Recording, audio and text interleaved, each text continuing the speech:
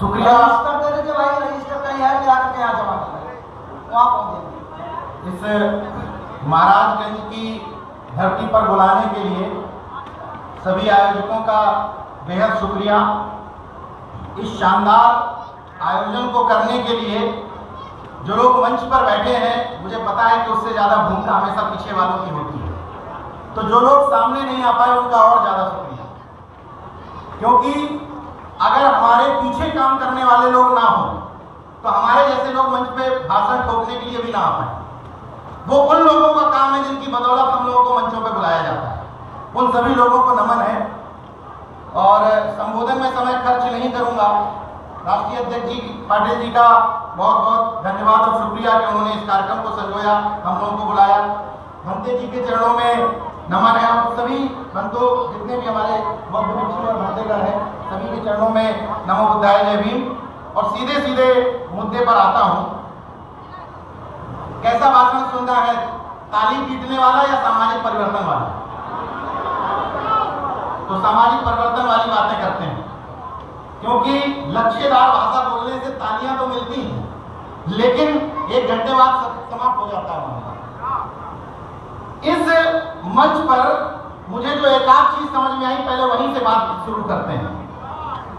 मैं कभी भी इस बात का हिमायती नहीं हूं कि मंचों पर आने के बाद कहा जाए ये भी अपना अपना तरीका है, हम ये बदल देंगे, ये परिवर्तन कर देंगे, नेस्ता नाबूद कर देंगे, रौंद देंगे। ये सब सेकेंडरी बात है।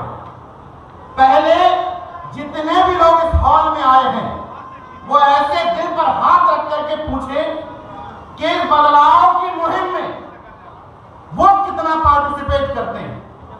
इस बदलाव की मुहिम में आप कितने बदले हो? आपने अपने पड़ोसी को बदलने के लिए कितना काम किया है? आपने बाबा साहब के मिशन में, आपने तथागत के मिशन में कितना काम किया है? इसके बाद फिर झंडा उखाड़ देंगे, तंबू गाड़ देंगे, ये बात में कर लेंगे। पहले खुद से यह सवाल होना चाहिए कि अगर हम इस कार्यक्रम में आए हैं तो हमने अपने कितने पड़ोसियों को सूचित किया था इस कार्यक्रम में आने के लिए? हमने जिस गाड़ी से हम आए हैं, अगर उस गाड़ी में 5 लोगों के बैठने की जगह है तो हम उसमें कितने जाति के लोगों को लेकर के आए? क्योंकि ये बहुजन यूनिटी ऐसे नहीं बनेगी। इस बहुजन यूनिटी के लिए जरूरी है कि जब बौद्धिस्ट मंचों पर बाबा साहब और तथागत की बात हो रही हो, वहां पर सम्राट अशोक को मत भूलिएगा, क्योंकि सम्राट अशोक नहीं होते तो बौद्ध धर्म का प्रचार प्रसार भी इतनी तेजी से ना हुआ होता। और जब बौद्ध धर्म के मंचों पर हो तो पेरियार ललई को भी मत भूलिए, जिन्होंने बौद्ध धर्म ग्रहण कर लिया था। ये बहुजन यूनिटी के लिए छोटी छोटी बात बता रहा हूं, बाद में उतार लेंगे, बिगाड़ लेंगे, बाद में देख लेंगे।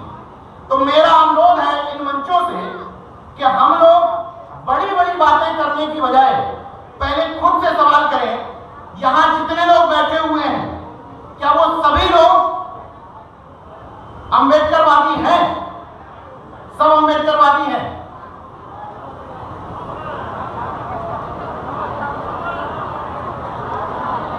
ठीक। अब कोई हमारे पास लिटमस टेस्ट तो है नहीं कि हम टेस्ट कर लें कि भाई कोई अंबेडकरवादी है कौन नहीं, लेकिन एक टेस्ट है। जिन लोगों ने हाथ उठाए थे उन लोगों के हाथ में भी आइडेंटिटी कार्ड था। उनमें से कई लोगों के हाथ में लाल धागा यानी कि गुलामी का आइडेंटिटी कार्ड है। और जब तक गुलामी का आइडेंटिटी कार्ड नहीं काटोगे, ना तुम बुद्ध के हो ना बाबा साहब के।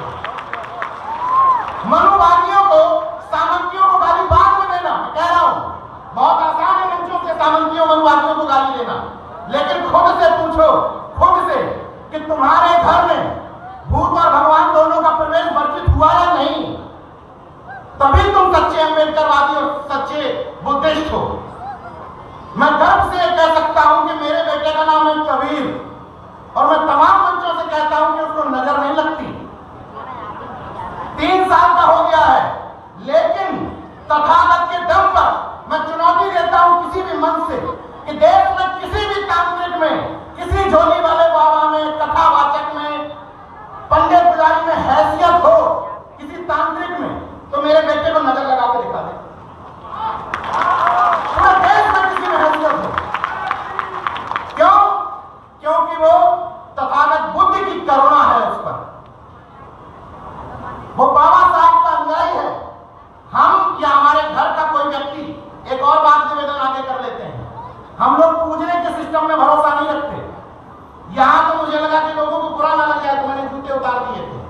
वरना मैं इन चीजों पर यकीन नहीं करता।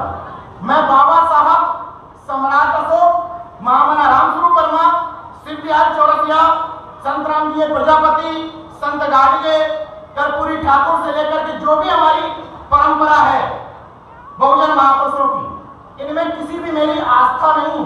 मैं इनका अनुयायी हूं। इन्होंने जो लिखा है, जो कहा है, उसको सीखने की कोशिश करता हूं।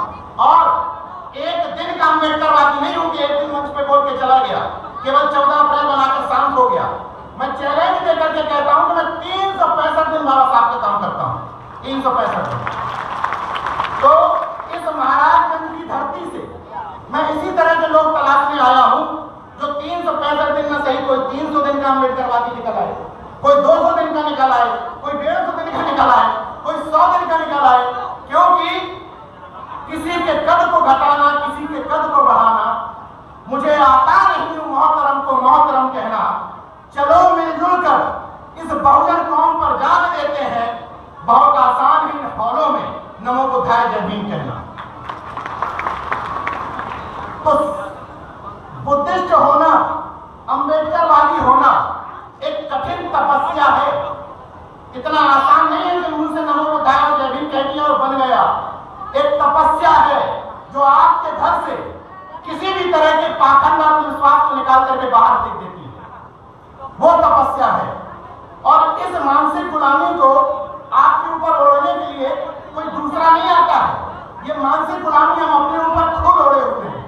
एक कहानी से आपको बात समझा देता हूं। एक पति पत्नी थे, दोनों आंखों से अंधे थे। तो जब पत्नी खाना बनाती थी तो उस अंधे दंपत्ति के घर से कोई जानवर आकर के रोटी उठा ले जाता था। तो पत्नी ने कहा कि हम तो खाना खा ही नहीं पाते हैं, हमारी रोटी कोई कुत्ता उठाकर ले जाता है। तो पति ने कहा कि तुम खाना बनाया करो, मैं गेट पे खड़े होकर ठक ठक किया करूंगा, ठक ठक ठक ठक डंडे से।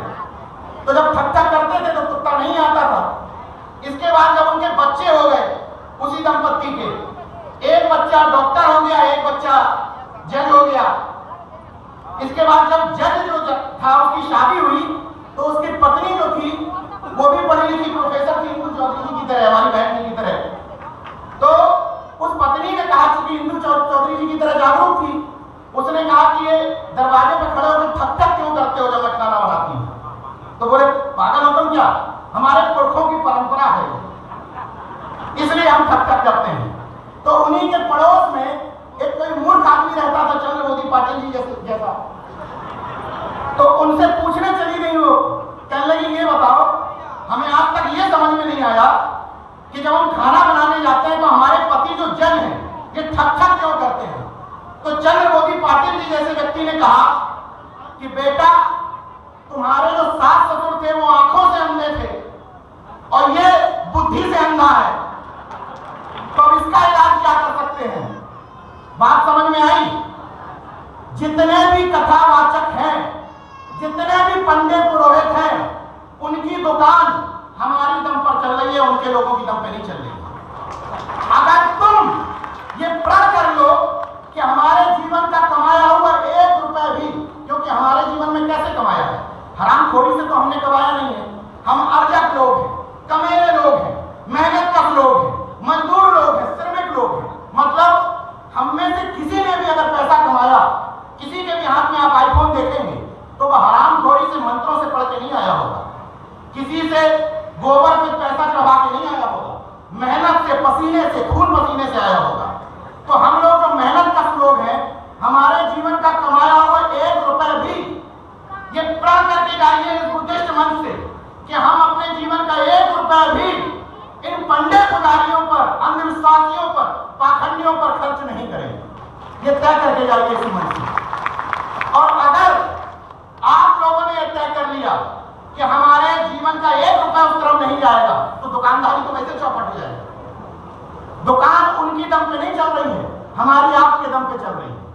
और जब हम बहुजन एकता की बात करते हैं तो कुछ सूत्र हैं मेरे, छोटे छोटे, बिना खर्च के, मुफ्त में हो जाती हैं चीजें। जैसे जब आपके घर में कोई प्रवेश करे और सामने संत गाड़िए नजर आए तो आदमी ये न समझ पाए कि कौन है। मेरी बात को समझिएगा। जब आपके घर में कोई प्रवेश करे और सामने संत रविदास लगे हों, जब आपके घर में कोई प्रवेश करे सामने सरदार पटेल लगे हों, सामने पेरियार लगे हों, और उससे अगर आदमी समझ जा रहा है कि किसका घर है, तो आप बहुजन बहुजन कुछ नहीं, आप बहुजन एकता के दुश्मन। जब आपके घर में घुसने के बाद, आपके भाषण में लिए हुए महापुरुषों के नामों के बाद आदमी कंफ्यूज हो जाए कि आखिर मानता किसको है, तब आप बहुजन एकता के लिए काम कर रहे हैं। अमूमन होता यह है कि मन से आए, जिस जाति में आपने जन्म लिया, शुरू हो गया कि इसी के दम पे पूरा दुनिया चल रही है। और मुझे जाति महासभाओं से बहुत तकलीफ नहीं है, लेकिन तकलीफ यह है कि जब जाति महासभा के लोग मंचों से कहते हैं जाग जाओ फलाने वंश के लोगों, और एक और दिक्कत है ओबीसी वर्ग के लोगों में, छतरी अलग से लगाए हुए हैं, कुर्मी छतरी, मौर्य छतरी, अहिर छतरी, और एक और है निषाद जलपछाड़ छतरी। तो ये छतरी की जो पूंजी लगाए हो, तो मेरा अनुरोध है तमाम तथाकथित छत्रियों से कि अगर इनके वर्ण व्यवस्था में ट्रांसफर लेने का सिस्टम है, मान लीजिए तुम जिसमें पैदा हुए, सूत्र में ओबीसी में जिसमें पैदा हुए, उससे अगर ट्रांसफर लेने का सिस्टम है, तो दोयम दर्जे के क्यों बन रहे हो? डायरेक्ट ब्राह्मण घोषित कर दो अपने आप। जब ट्रांसफर ले ही लेते हो तो छत्री छत्री का लगाए घूम रहे हो, डायरेक्ट ही उसमें पहुंच जाओ। तो मेरा अनुरोध है कि जाति गर्व का विषय नहीं है, जातिवाद पर गर्व करना शर्म का विषय है, लेकिन अपने जाति को किसी दूसरी जाति पर जबरन थोप देना, फर्जी छत्र लेकर के घूमना, ये इंफीरियरिटी कॉम्प्लेक्स है। मतलब तुम उनको अपने आप से कहीं ना कहीं श्रेष्ठ समझते हो, इसलिए उनका तमगा लेकर के घूमते हो। बाकी तुम्हें अपने आप को कहने में क्या दिक्कत है कि हम क्या हैं, हम शूद्र हैं तो हैं, क्या तकलीफ है? यहाँ जितने लोग बैठे हैं, आप सबका खून मिला के देख लीजिए, सारे लोग शूद्र में पैदा हुए हैं। कहाँ इसमें दिक्कत है? अंतर इतना है, कोई हमारा भाई थोड़ा आगे बढ़ गया, कोई मूली का गाजर मूली का काम कर रहा है, कोई खेती बाड़ी कर रहा है, कोई मजदूरी कर रहा है, कोई घर बना रहा है, कोई कुछ कर रहा है। मैं क्यों कह रहा हूं कि इस देश में श्रम का महत्व नहीं है? आप बताइए कि गधा जो होता है, गधा जिसको सबसे निकृष्ट जानवर कह दिया गया आपसे इनके धर्मशास्त्रों के हिसाब से, और सबसे पवित्र किसको बना दिया गया? हाथी को। क्यों बना दिया गया? जरा तुलना करके देखिएगा। हाथी फुल शरीर का होता है, हाथी आपके जीवन में कोई काम नहीं आता, केवल आपसे पूजता है। और गधा, तमाम यहाँ लोग, पुराने लोग याद करिए, आप लोगों के जब घर बने होंगे तो गधे पर ही मार ढुलाई हुई होगी, हुई है ना तमाम लोगों के घरों में? गधे पर, खच्चर पर, इन्हीं पर तो होती थी पहले ढुलाई। तो वो गधा जो मेहनत कश है, वो गधा जो श्रमशील है, वो गधा जो अर्जकों की निशानी है, हस्तपुष्ट होता है, शारीरिक रूप से सक्षम होता है, बोझा होता है समाज का, उस गधे को आपने निकृष्ट कह दिया, यानी कि इन कमेरों को। और आपने उस थुलथुल हाथी को जो मंदिर में बैठ करके थुलथुल शरीर लिए हुए, उस हाथी को आपने कहा कि पूजनीय है। इस सिस्टम जो बनाया गया है, उस सिस्टम में ही मेहनत कर लोगों को, यानी कि श्रम का सम्मान कम कर दिया गया है ताकि आपका सम्मान कम हो। तो आज के बाद हम सब लोगों को तय करना है कि हम लोग श्रम का महत्व रखेंगे, श्रमशील लोगों का सम्मान करेंगे। और एक छोटे अनुरोध, इन मंचों पर कभी भी इस तरह के जब कार्यक्रम हो तो वकीलों को जरूर बैठाना है, काले कोट वालों को। ये मिशन काले कोट वालों के बिना पूरा नहीं हो सकता। आपके 2-2, 3-3 विधायकों का काम 5 काले कोट वाले और 3 ये मोबाइल वाले पूरा कर देंगे। ट्राई मार के देख लीजिएगा, आप फोन करवाते रहिए विधायक जी से थाने पर, और 5 काले कोट वाले भेज दीजिए, 3 कैमरा लेके भेज दीजिए, हो जाए काम। इसलिए अभी तक हम लोगों ने बहुत अच्छा कहा बनते जी ने कि हम लोग पिछड़े नहीं हैं। बिल्कुल ठीक बात है कि हम लोग पिछड़े नहीं हैं, लेकिन अगर हम पिछड़े नहीं हैं, हम बुद्ध हो गए हैं, तो हमें अपने जीवन में परिवर्तन भी तो लाना पड़ेगा, हमें बदलाव भी तो करना पड़ेगा। बदलने का क्रम शुरू हुआ है। पहले मैं देखता था कि कभी आपने देखा होगा कि हमारी उम्र का कोई पत्रकार कभी ऐसे अतिथि बना हुआ? पहले जब ओबीसी एससी के लोग कार्यक्रम करते थे तो 10 किलोमीटर दूर से नेताजी को रिसीव करते थे और या किसी आईएएस ऑफिसर को करते थे। और जब हमने समझ लिया कि आईएएस और नेता किसी काम में नहीं आ रहे, अब ट्रांसफर हुआ है कभी पत्रकारों को बुला लेते हैं, कभी लेखकों को बुला लेते हैं, कभी प्रोफेसरों को बुला लेते हैं। अब आपको ये तय करना है कि आपके मंचों पर, बहुजन मंचों पर, एक पत्रकार, एक प्रोफेसर, एक वकील, एक सामाजिक कार्यकर्ता, एक नेता और एक ब्यूरोक्रेट, ये सब हो तो काम बन जाएगा। और अपने ब्लॉक लेवल पर एक काम और करना है, गौर से सुनिएगा इस बात को। अपने ब्लॉक स्तर पर भाई बार बार हमें आप कितना भी सम्मान करो, कितनी भी तालियां बजाओ, आपकी लड़ाई लड़ने तो हम बार बार लखनऊ से आएंगे नहीं। तो आपको अपने बीच में, जैसे जो लोग मुझे पहले से जानते हैं उन लोगों को तो पता है कि भाई ठीक ठाक बोलता है, अपना फायरमैन टाइप का आदमी है। लेकिन जो लोग मुझे पहले से नहीं जानते थे वो लोग भी मुझे बहुत गौर से सुन रहे हैं। क्यों? क्योंकि हम सबको ये काम करना है जो इस मंच से किया गया है। हम सबको अपने घर के कट्टे को, यानी कि बच्चे को तोप बनाना है। इस समझिएगा इस बात को। मेरा महिमा मंडन इस तरीके से किया गया इस मंच पर में बहुत बड़ी तोप, तो जब मैं बोलने आया तो सब सुन रहे हैं।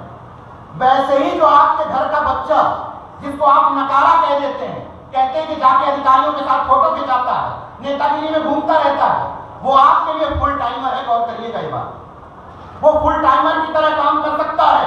उसकी दिशा बदल दीजिए, वो गलत दिशा में जा रहा है, जाके मिशन में लगा दीजिए, फुल टाइमर होकर के काम करेगा आपके लिए, ये मेरा दावा है। लेकिन उसके सामने उसकी तारीफ करनी पड़ेगी 10 लोगों के बीच में। मैंने ये बात उन लोगों से सीखी है जिनको आप सुबह से शाम तक गाली देते हैं। 10 लोग एक फटेहार आदमी को ले जाते हैं किसी नेता के पास और 9 लोग उसकी तारीफ करते हैं। साहब 10 गांव का वोट है इसके पास, है कुछ नहीं, उसकी औकात कुछ नहीं है, भीख मांग के खाता है। लेकिन 9 लोग उसकी तारीफ में ऐसा चढ़ा देते हैं, अरे साहब, और हमारे नेता उसी में बेवकूफ बन जाते हैं। साहब क्या बात कर रहे हैं, 9 गांव का वोट बैंक है इस व्यक्ति के पास, जिस तरफ इशारा कर देता है उसी तरफ समाज चल देता है। और ऐसे गोबर को उठा करके गणेश बना देते हैं और उसी को आपके नेताओं से पुजवा लेते हैं। तो हम तो अपने बच्चों को पूछने के लिए कह रहे हैं कि भाई जिसको आप कह रहे हो कि फालतू घूमता है, कहिए कि बड़ा नेटवर्क है इसका, बड़े अच्छे संपर्क हैं इसके। यकीन मानिए कि छोटी मोटी चीजें FIR नहीं लिखी जा रही, ये नहीं लिखा जा रहा, उसी के फोन पर हो जाएगा। लेकिन आपको कट्टे को तो बनाना पड़ेगा।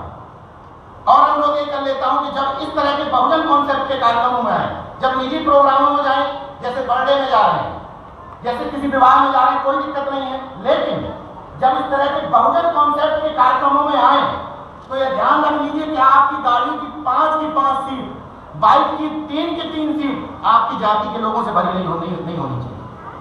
समस्या ये है कि हम कहते हैं कि फलाना समाज उस तरफ चला गया, फलाना समाज तो गुलाम हो गया, नीरज भैया ये लोग नहीं सुधर रहे, नीरज भैया आपके वाले सुधर जाए तो काम हो जाएगा। तो हमारे वाले को ट्राई तो मारो तो हमारी तरह हो जाएगा।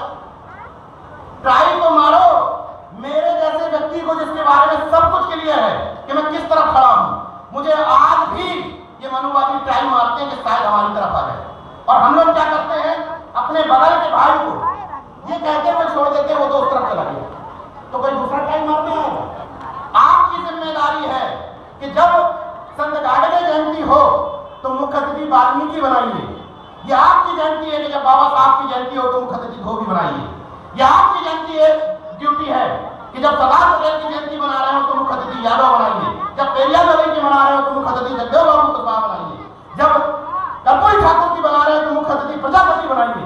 गालमेल कर दीजिए, आदमी कंफ्यूज हो जाए कि बहुजन चाहता क्या है। अभी हम पहले पेज के जागरूक हुए।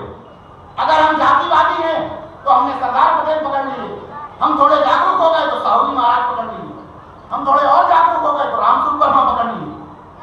ये किसी एक जाति के लिए नहीं कह रहा हूं, हर जाति का यही ट्रेंड है। यादव थोड़े जागरूक नहीं है तो श्री कृष्ण वाले हैं, जागरूक हो गए तो लड़ाई वाले हैं। ये हर जाति के साथ समस्या है। इसलिए मैं कह रहा हूं कि क्रॉस करना है, क्रॉस। मेरे जैसे व्यक्ति को लखनऊ में रहता हूं, क्यों किसी की हिम्मत नहीं हुई आज तक छेड़ने की? इसलिए क्योंकि पता है कि कुर्मी नहीं है, बहुजन है। और अगर कुर्मी होता तो लपेट दिया जाता है। गर्व के साथ ये बात कह रहा हूं कि जब मैं भी 9 साल कुर्मी था, 9 साल सरदार पटेल जयंती मनाता था, 9 साल मैं भी कुर्मी था। मैं इसलिए जातिवाद को अच्छे समझता हूं क्योंकि जातिवाद खूब किया मैंने, ढंग से किया है। और मैं जिन घरों से आता हूं, लोग तो बड़े गर्व से कह देते हैं कि हमें जन्म से ऐसे संस्कार मिले, हमें तो जन्म से पाखंडी संस्कार मिले। हमारे घर में न नमो बुद्धाय होता था, न जय भीम होता था। हम खुद 22 साल तक कथा पे बैठते थे और हर साल हमारे जन्मदिन पर कथा होती थी। लेकिन जब 22वें साल समझ में आया कि तो गुलामी की निशानी है, तो यहाँ भी आइडेंटिटी कार्ड कट गया, यहाँ भी आइडेंटिटी कार्ड कट गया। अब हमारे यहाँ शरीर पर आइडेंटिटी कार्ड है और हमारे घर पर स्पष्ट है भूत और भगवान दोनों का प्रवेश वर्जित है, क्योंकि दोनों एक साथ चलते हैं। जहां भूत आता है वहां भगवान की जरूरत है, और जहां भगवान आता है वहां भूत की जरूरत है। दोनों का अस्तित्व नहीं है, इसलिए दोनों की जरूरत नहीं है। तो कुछ चीजें आपको अपने आप से सुधार करना है। यहाँ के लोगों से एक अंतिम बात छोड़ करके जा रहा हूं कि यहाँ के लोग एक टीम बनाएं। उस टीम का अध्यक्ष महामंत्री कोई नहीं होना चाहिए, कोई अध्यक्ष नहीं, कोई महामंत्री नहीं, कोई कोषाध्यक्ष नहीं। केवल एक बहुजन कॉन्सेप्ट की टीम बनेगी। जो भी आपको नाम रखना हो उसका नाम रख लीजिए, एक व्हाट्सएप ग्रुप बना लीजिए और मिशन में इंटरटेनमेंट भी डालना, मनोरंजन। जब हम ये कहते हैं कि लोग हमारा बच्चा क्या करे यार, वो तो डीजे सुन के गणेश चतुर्थी में चला गया, तो उसके लिए भी ऑप्शन है। हमारे पास कितने अच्छे अच्छे बौद्ध भिक्षु हैं जो बांसुरी अच्छी बजाते हैं, तमाम बौद्ध भिक्षु हैं जो गायन बहुत अच्छा करते हैं, तमाम बौद्ध भिक्षु हैं जो शिक्षाएं अच्छी देते हैं। आपके पास ऑप्शन है, ट्राई मार करके तो देखिए। आपके पास ऐसे ऐसे लोग हैं जो सावित्रीबाई फुले पर प्ले बहुत अच्छा करते हैं, रमाबाई पर प्ले करते हैं। बुलाइए तो सही, रात में मजमा सजाइए तो सही, बांसुरी बजाइए तो सही, बहुजन कॉन्सेप्ट बनाइए तो सही। आपके पास विकल्प ही विकल्प है, लेकिन जिनको विकल्प नहीं देखना है वो जाके गणेश चतुर्थी में डीजे पे नाचेंगे ही नाचेंगे। तो मैं अंतिम अनुरोध ये कर लेता हूं कि हमें बाबा साहब को और तथागत को पूजना नहीं है, समझना है। उनकी एलिनेशन ऑफ कास्ट को समझना है, उनकी अर्थनीति को समझना है, उनकी समाज नीति को समझना है, जाति पाति तोड़क मंडल को समझना है, जिसने कहा था कि अंतरजाति विवाह करो, इससे बहुजन यूनिटी मजबूत होगी। जब आप पूजने के क्रम में जाते हैं, गौर करिएगा इस बात को। एक समय था जब हम लोगों को अपने महापुरुषों के लिए मूर्तियां मांगनी पड़ती थी, लेकिन अब आप कहो कि भैया दीनदयाल उपाध्याय की मूर्ति लगा लो, तुम इंटर कॉलेज में हमें नौकरी दे दो। ये वो समय है जब कह दो भैया श्यामा प्रसाद मुखर्जी के नाम पर डिग्री कॉलेज का नाम रख लो, तुम डिग्री कॉलेज में हमारा हिस्सा दे दो। वक्त बदल गया है, डिमांड चेंज कर दीजिए। महापुरुषों की जयंती पर छुट्टियां मांगना बंद कर दीजिए, महापुरुषों की मूर्तियां मांगना बंद कर दीजिए। मौजूदा जो सरकार है आप मानते रहिए। मैं इसी मंच पर स्टाम्प पर नोट कर लीजिएगा मेरी बात। अगर इसी तरीके से मूर्तियां मांगते रहे तो संघ कार्यालय पर बाबा साहब की मूर्ति तो मिल जाएगी, लेकिन नौकरियों में ठेंगा मिलेगा। इसलिए मूर्तियां मत मांगिए, हिस्सा मांगिए, हिस्सेदारी मांगिए। और इस बहुजन यूनिटी को बनाने के लिए दिन रात एक कर दीजिए। जब यहां से घर जाइए, जितने लोगों को मेरी बात समझ में आ जाए, आपके मोहल्ले में जितने बहुजन कॉन्सेप्ट के लोग रह रहे हैं, एक बार ट्राई करिए, 2 बार ट्राई करिए, 3 बार ट्राई करिए, जब तक ट्राई करते रहिए जब तक आपके कॉन्सेप्ट में शामिल ना हो। ये कहना बंद कर दीजिए कि उनकी वजह से ऐसा हो रहा है। वो कुछ काम नहीं करते हैं, लेकिन दिक्कत यह है कि हम काम नहीं करते हैं। हम अपने भाई को गले लगाना नहीं जानते हैं, इसलिए वो अपनी साजिशों में सफल हो रहे हैं। नारों में बहुजन कॉन्सेप्ट लाइए। फातिमा शेख को याद करिए, उस्मान शेख को याद करिए, सावित्रीबाई फुले को याद करिए, तब हम सही अर्थों में बहुजन कॉन्सेप्ट बना पाएंगे। बहुत वक्ता है, अंतिम एक लाइन के साथ अपनी बात खत्म करूंगा कि अभी तो परिंदे शुमार करना है, अभी तो परिंदे शुमार करना है, फिर हम सब मिलकर बताएंगे कि किस किस पे वार करना है। अभी तो परिंदे शुमार करना है, फिर हम बहुजन, हम बुद्धिस्ट, हम अम्बेडकरवादी, हम अजहवादी बताएंगे कि किस किस पे वार करना है। बड़ा गुरु है तानाशाहियों तुझे, मगर हम सबको जिद है कि दरिया को पार करना है। जय विज्ञान, जय संविधान, नमो बुद्धाय, जय भीम, जय अजहर, उल गुलाम जिंदाबाद, इनकलाब जिंदाबाद।